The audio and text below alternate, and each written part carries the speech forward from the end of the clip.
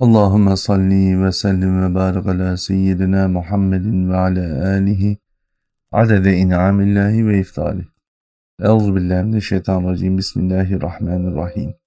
Taimiler yeryüzünde medeniyet halkasında tevhid inancının getirisi olarak Hz. Taimi'nin vefatından sonra yaşadıkları süreçte gelen diğer Evliyaullah'la beraber hayatlarına devam ediyorlar.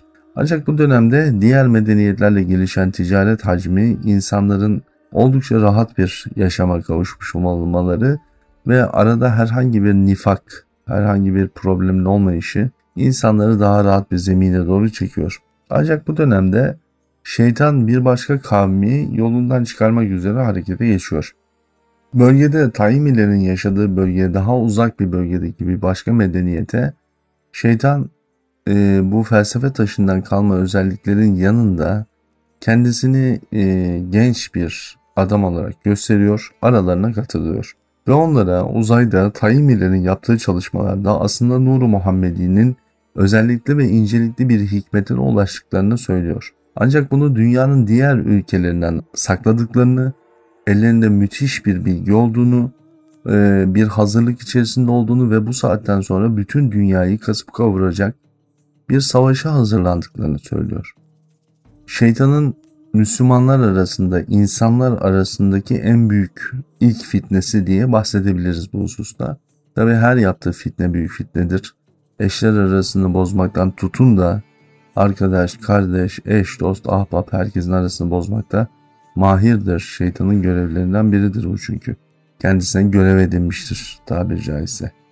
Bu şekliyle Taimileri bu medeniyete karşı hazırlıyor. Tabi medeniyetin kralı diyelim yöneticisi bu hususta bir araştırma yapmak lazım diye söylediğinde şeytan da her seferinde nasıl sakla tuttuklarını, nasıl gizlediklerini söylüyor.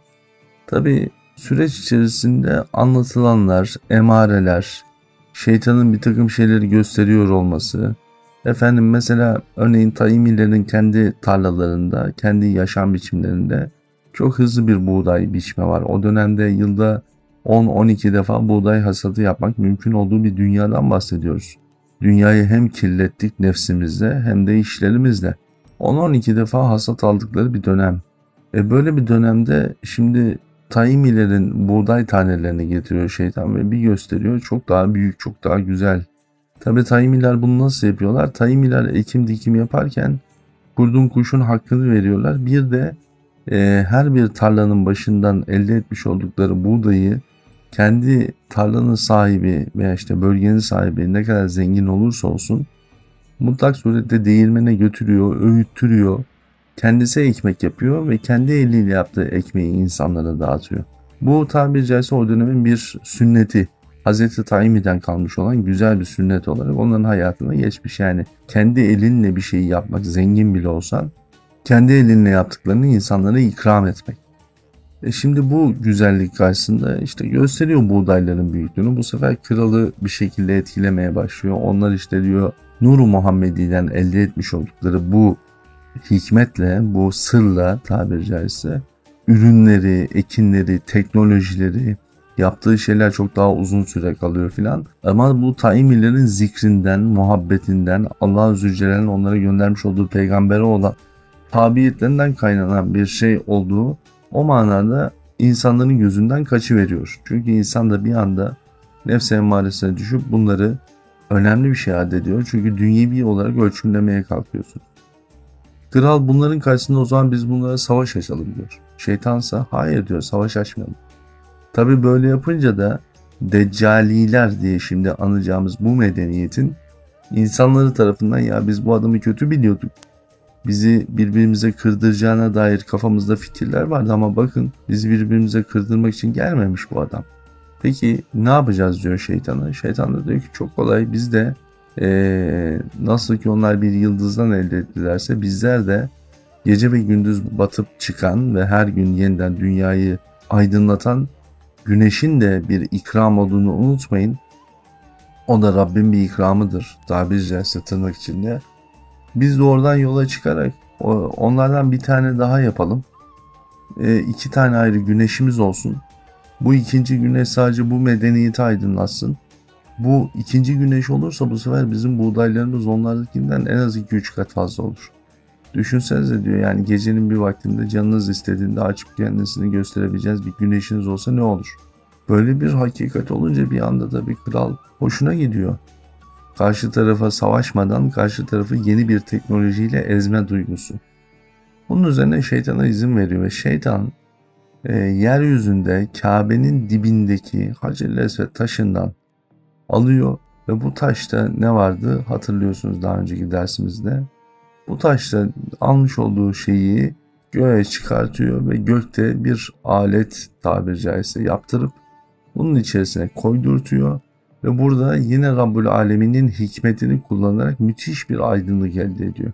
Bugün de Çinlerin yapmaya çalıştığı biliyorsunuz bir sanal ay, yapay bir ay var kendi kafalarında tasarladıkları. Bu tarihte yapılmış bir şey.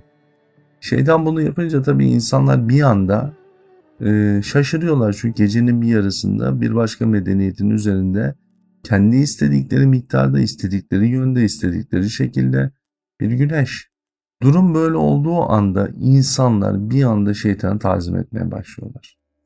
Öylesine ki onu kral yapmak istiyorlar. Şeytan da kral olmam ben diyor. Ben kral olmaya gelmedim. Peki diyorlar ne yapacaksınız? Ne yapmamız lazım sana? Bana değil diyor, güneşe tapmanız lazım. Çünkü o size bunu veren şeyi ben güneşten aldım. Dolayısıyla ona secde ederseniz Rabbinize secde etmiş olursunuz.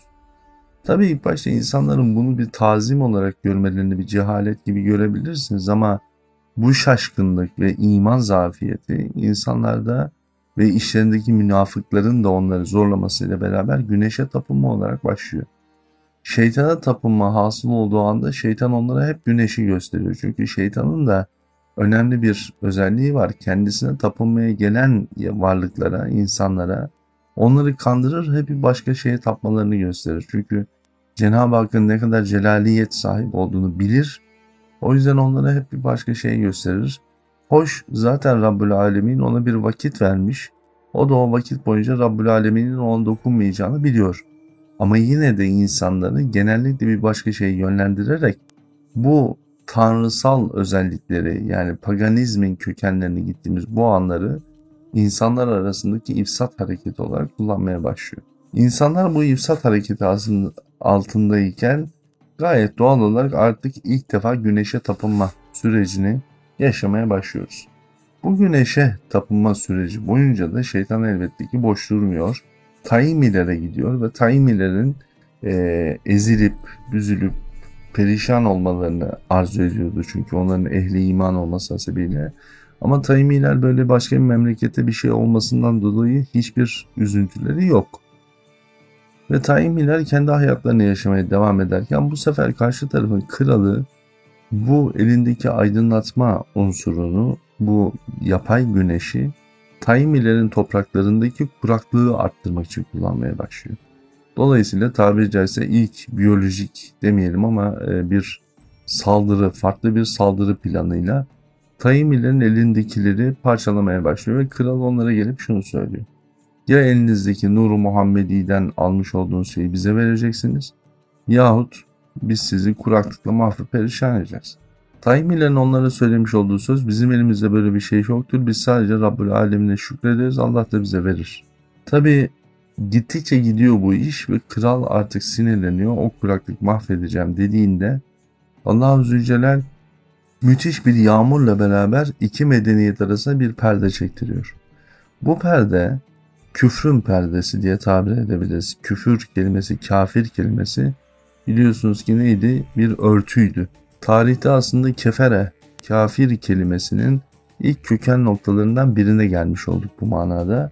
Taimilerle Deccalilerin arasına bir perde çekiliyor.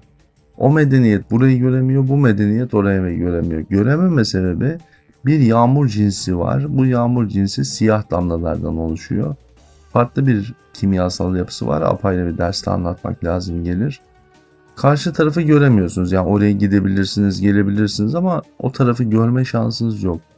Bu yağmur ciddi bir perdeleme oluyor ve Taimililerin pek çoğu bir gece rüyalarında Allah-u Zülcelal'in kendileriyle onları arasında perdeler çektiğini görüyorlar.